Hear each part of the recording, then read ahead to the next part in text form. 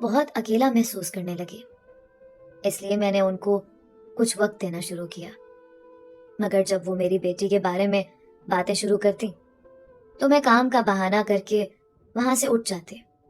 پتہ نہیں کیوں میرا دل پتھر سا ہو گیا تھا، صرف دھڑکتا تھا، جذبات جیسے مر چکے تھے۔ میں نے بیٹے کی خبر نہ لی کہ وہ کس حال میں ہے اور کیسی ہے۔ اماں کبھی کبھی فون کر لیتی تھی اور مجھے سمجھانے کی بڑی کوشش کی، مگر بے سود۔ مجھے تو اپنی سمجھ نہیں آتی تھی کسی کی کیا آنی ہے۔ میرا شوہر بھی ہمیں بھول چکا تھا، ظاہر ہے اپنے جوان بیٹوں کے ساتھ اپنی دنیا میں مست ہوگا۔ اماں نے تو بہت کہا تھا کہ طلاق لے کر دوسری شادی کر لو، مگر شاید مجھے ابھی امید تھی کہ وہ لوٹ کر آئے گا۔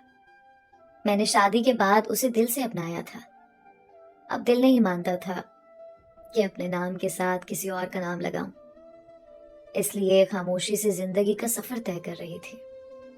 دن رات یوں ہی گزرتے رہے۔ اماں کو اکثر مجھے ہسپتال لے کر جانا پڑتا، وہ اب بوڑھی ہو چکی تھی، گھر کے کام کرنا مشکل تھا۔ میں نے وقت پاس کرنے کے لیے اسکول میں جاب کر لی تھی، مگر مجھے اسکول میں اماں کی فکر لگی رہتی تھی، اس لیے میں نے ایک دیکھ بھال کرنے والی رکھ لی، جسے ہدایت کی کہ خاص طور پر وہ اماں کا خیال رکھے۔ وہ بہت اچھی تھی اور ضرورت مند بھی تھی، اور اماں کا بھی بڑا خیال رکھتی تھی۔ مجھے ایک طرف سے تو تسلی ہوئی، ابا کے بعد اماں ہی میرا سب کچھ تھی۔ اللہ تعالیٰ کا احسان تھا کہ دن اچھے گزر رہے تھے۔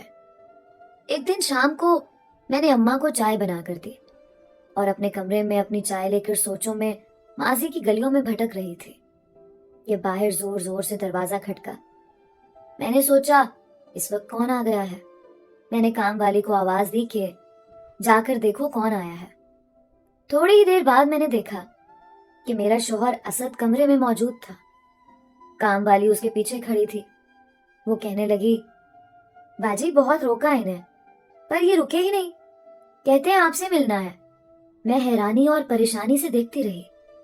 پھر میں نے کام والی سے کہا، تم جاؤ اماں کو دبا دو۔ وہ کچھ نہ سمجھتے ہوئے وہاں سے چلی گئی۔ میں سخت حیران تھی کہ اسد کیوں اور کیسے یہاں آیا ہے۔ اچانک اسے میری کیسے یاد آ گئی۔ ابھی میں حیران اور پریشان اسے دیکھ ہی رہی تھی کہ وہ روتا ہوا میرے قدموں میں گر گیا۔ میرے لیے وہ لمحہ بہت عجیب تھا۔